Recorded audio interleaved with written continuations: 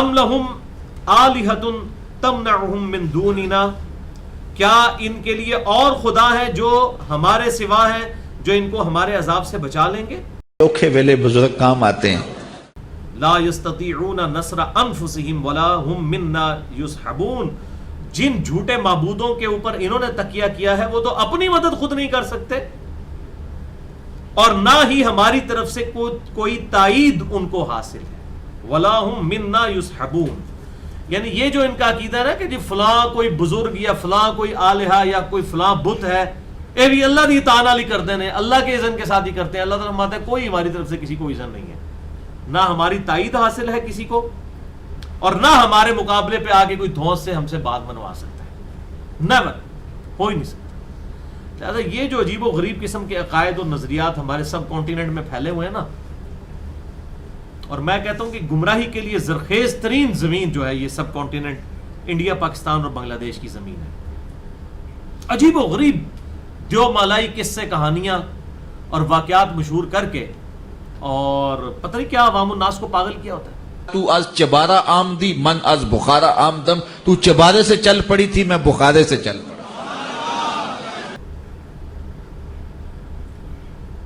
وہ جی فلاں جو ہے وہ سمندر جو ہے وہ عبداللہ شاہ غازی نے سنبھالا ہوا ہے، نہیں تو سمندر جناب کراچی جڑا جی وہ نیوا ہے جی، سمندر ہوتے آ جائے. اوکھے ویلے بزرگ کام آتے ہیں. اور بھائی کوئی بزرگ اپنا موتر نہیں روک سکتا، اپنا پیشاب نہیں کو روک سکتا. سمندر روکنا، سمندر کے تو سائنس کا نہیں بزرگوں کو پتا، اللہ یہ کہ کسی کو سائنس آتی ہو. اگر کوئی سمجھتا ہے نا کہ کوئی بزرگ مرا ہوا بزرگ چھوڑ دے، زندہ بھی کوئی سمندر روک سکتا ہے، اس کو کہ اپنا پیشاب روک کے بتا دے. سمندر تو بہت بڑی شے ہے، کوئی شخص کچھ نہیں کر سکتا میرے بھائیوں. یہ سب گاڈ کا ڈیسیژن ہے، اس کا ڈیوائن ڈیسیژن ہے. انسان اپنی مدد خود نہیں کر سکتا. یہی اللہ تعالیٰ فرما رہا ہے کہ جن ہستیوں کے بارے میں ان کا زوم ہے، یہ نہ اپنی مدد کر سکتی ہیں، نہ اللہ کی طرف سے کوئی تائید حاصل ہے. اللہ کے مقابلے پہ یہ کیا کر سکتی ہیں ہستیاں؟ اور آپ اس طرح کی باتیں کریں تو کہتے ہیں جناب یہ بزرگوں کی گستاخی کر دی ہے. جنہوں اپنے پیو دا ہی نہیں پتا وہ انہاں اولیاء اللہ تے بھونکدا پیا، کیونکہ اب وہ ہمارے بابوں کی طرف آ رہا ہے اور ہم نہیں اپنے بابوں کی برداشت کر سکتے.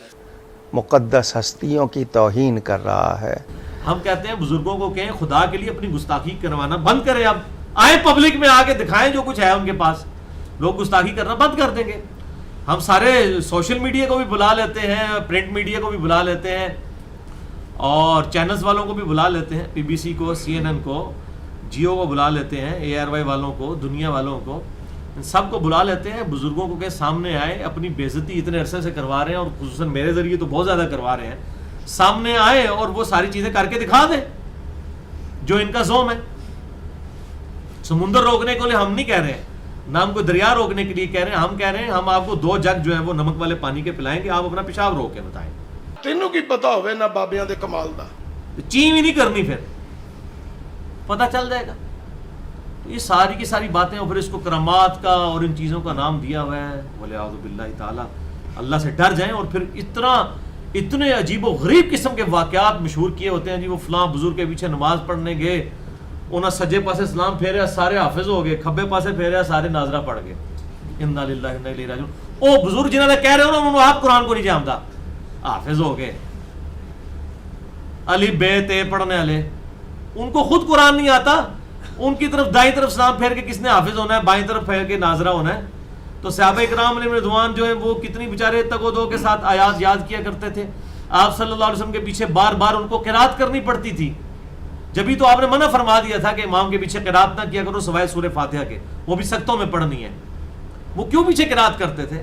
تاکہ یاد ہو جائے. مصحف ریٹن فارم میں ہر شخص کے پاس ہوتا نہیں تھا، کاغذ کوئی عام تو نہیں تھا. چمڑوں پر اس طریقے سے اونٹ کی شانے کی ہڈی کے اوپر، کپڑے کے اوپر لکھی ہوئی آیات چند لوگوں کے پاس ہوتی تھی، باقی تو سارے سن سنا کے یاد کرتے تھے. یعنی آپ صلی اللہ علیہ وسلم جب قیام اللیل کرواتے تھے، 5 نمازیں جب فرض نہیں ہوئی تھی، یہ تو مدینہ شریف میں فرض ہوئی ہے نا. مکے میں 13 سالہ مکی دور کے اندر صرف قیام اللیل تھا، رات کی نماز ہوتی تھی، نوافل ہوتے تھے. آپ صلی اللہ علیہ وسلم پڑھتے تھے، صحابہ آپ کے پیچھے پڑھتے تھے. آپ اونچی آواز میں پڑھتے تھے تو وہ بھی ساتھ ساتھ پڑھتے تھے تاکہ ان کو یاد آ جائے، ریپیٹ ہو جائے.